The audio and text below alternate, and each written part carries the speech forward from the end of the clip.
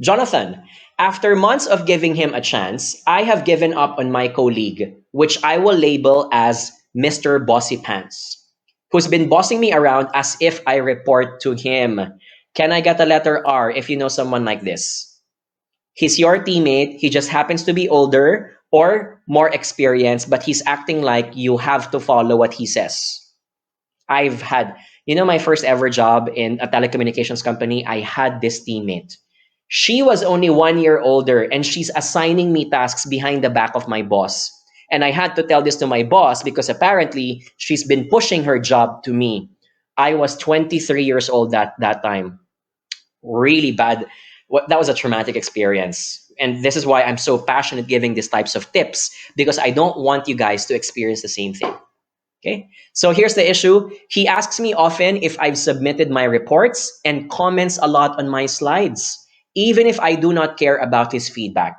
He's hovering like a helicopter and it's irritating me. How do I manage a colleague who acts like my boss? If you notice on social media, I have lots of videos about this because it's very close to my heart. I've had this experience when I was younger. It's also a mild form of bullying, I'd like to think, right? Bullying in a sense that you're using the power of fear in order to make someone move. So what do you do about this kind of colleague? Well, here are a few tips. And may I ask first, which colleague or manager is the worst? Is it letter A boss who undermanages, meaning doesn't care about you? Is it a boss who micromanages, meaning everything that you do, right? She talks about it, she gives instructions, she corrects it. And then number 3, macro manager. What is a macro manager? Some people don't know this. A macro manager, macro meaning the bigger picture, everything. A macro manager is someone who tries to enter your department, who tries to do your work, even if it's outside her scope. She has nothing to do with it, but she wants to poke into it. Can I get a letter A, as in macro manager, if you can relate to that?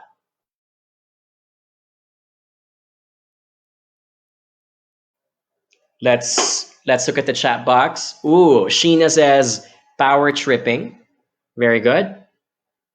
Ooh, Ramon, I can relate to this. Some nationalities feel that they are better than someone not of their race or their color.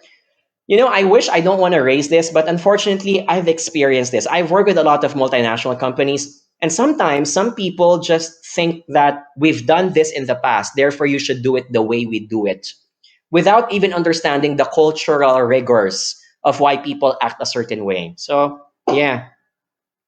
Karen says, yep, it's a mild form of bullying. Very true. How about the rest? So people are typing, what is the worst? I would say the worst would be a micromanager. A macromanager, you can easily shut them down, which is going to be my tip for the next part.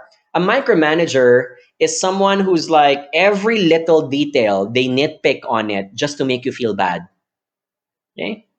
So let's talk about this part. What do you do about someone who macromanages? Macromanages meaning it's outside their turf. You don't report to them. You have no obligations to them, and yet they still look at your work. They still comment on your work.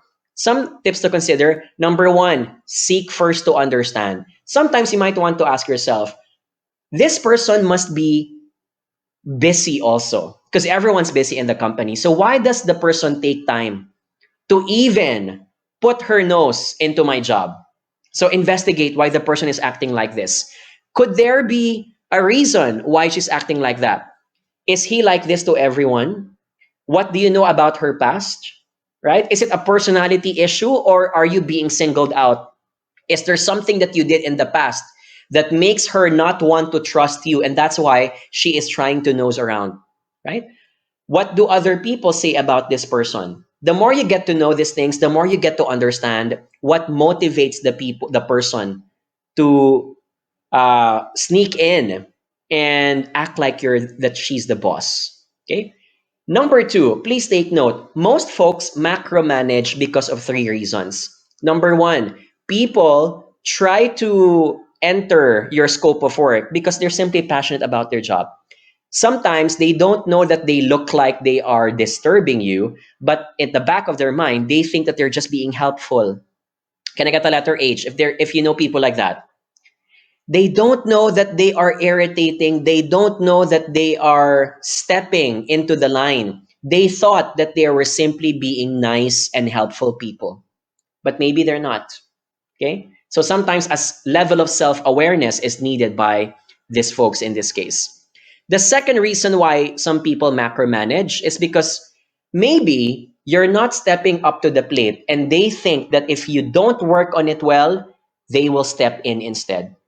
And sometimes I do this. Sometimes even if it's not my job, but I think, she's the one on working on that project. It's such a waste. She's not doing a good job. Let me be the one to take over. Some people are just really like that.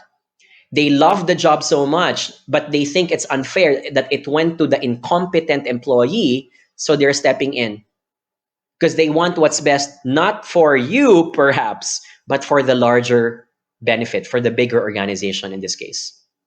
And finally, number three, some people are projecting their own insecurities. Can I get a letter I if you can relate to that? I think this happens when someone is jealous of you. I think this happens when someone looks up to you and they think that you are stealing their thunder. So what they would do to make you feel bad is that they will comment on your work even if they're not sincere about it. Okay? So whatever the reason is, find a way to investigate. Ask people around. Be more observant with your choice of words. Look at the patterns on when they do it. Do they only do it alone when they are with you? Or do they avoid doing it when there is an audience? And if you notice that that happens, there is a primordial motivation. There's a reason that's darker than what appears to be. Okay? If this is the case, so let's assume that these are the situations that you face right now, here are a few tips for your next steps. Number one, the best solution, which I find effective, is tell it to the person straight. Right? Can I get the letter S if you can relate to that? Right? Tell to the person straight. This person may not know that there is something wrong unless someone tells it to their face. However, don't say it as if you're antagonizing or burning bridges with a person. This is bad, especially if the person thought that they were helpful. They might think that you're the bad person. So use the formula, in this case, appreciate but blank. Okay? Can I get an exclamation mark if you can see that formula? Appreciate the person but blank. An example of that would be, hey, John, I appreciate that you're helping me out, but I think I need to do this on my own so that I can learn. Hey, Anna, I'm so thankful that you took the time to help this out, but I want you to also be able to concentrate on your own work. Let me do this work on my own. Okay? Can I get an exclamation mark? Do you see what I did there? So I did not push away the person as if they're bad for helping me out, because for all we know, some people are sincere about helping out. So appreciate and then state your reason. That is a good formula to apply in this case. All right? And then the next example would be show through gestures that you are stepping up. Sometimes one way to let go of a person, to shoo them away, is show them who's the real person in charge. So in meetings, and here's an example, I often see this in meetings. There's one person presiding the meeting, but because she's not confident enough to speak up, what happens? Someone takes over. Someone becomes the new host. Sometimes it's even the boss who takes over because the boss thinks that this person cannot speak confidently. Can I get an exclamation mark? If you know, I often notice that even in my virtual meetings on Zoom, when I talk to one HR person and the HR person is not able to answer my questions well, the HR head is going to step in. And sometimes I feel bad for the other person because it feels like she was just, she has just been told in front of her face that you're not good enough. So sometimes when you have these people who do this to you, so it's like a slap on your face, step up, be the one to show that I can do this on my own. The more you do this consistently, you might be able to notice that the person is not going to nose around anymore.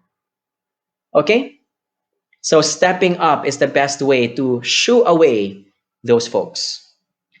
Number three, and again, I am not a big fan of silent treatment, but I'm putting this option to the table because given the situation, sometimes it works. Sometimes silent treatment and ignoring work. What do I mean by that? You're in front of your computer, you're doing your slides, someone is commenting from your behind and your back, ignore. Okay? Ignore and say, yeah, thank you. Yep, I'll consider it, but I won't face the person. And it sends a message to them that, yes, I appreciate your work, but thank you, I'll do this on my own. Sometimes that trick works. And if the person's smart enough, they'll be able to read the body language and see that you're not interested for that. Okay? Again, don't get me wrong, I'm the kind of person who would love to get as much feedback from others. But there's a difference between sincerely giving feedback versus nitpicking, or versus wanting to make you feel bad because they want you to know that you're not good enough. Okay? Ooh, let's look at this from Ron. Ron says, I had a recent case of this and the person was showing off during a management meeting. That's usually what these people do. She was not expecting I'd speak up, and when I rebut his points with actual data, she finally shut up. After the meeting, our GM gave me a thumbs up as well as other attendees. Yeah, so thank you, Ron. You know, sometimes it's just really a matter of saying it in front of them. Okay? Be careful, of course, how you do it because you don't want to burn bridges because they're still your teammates. At some point, you're going to be needing their help for a certain project. So do it in the most amicable way that you can.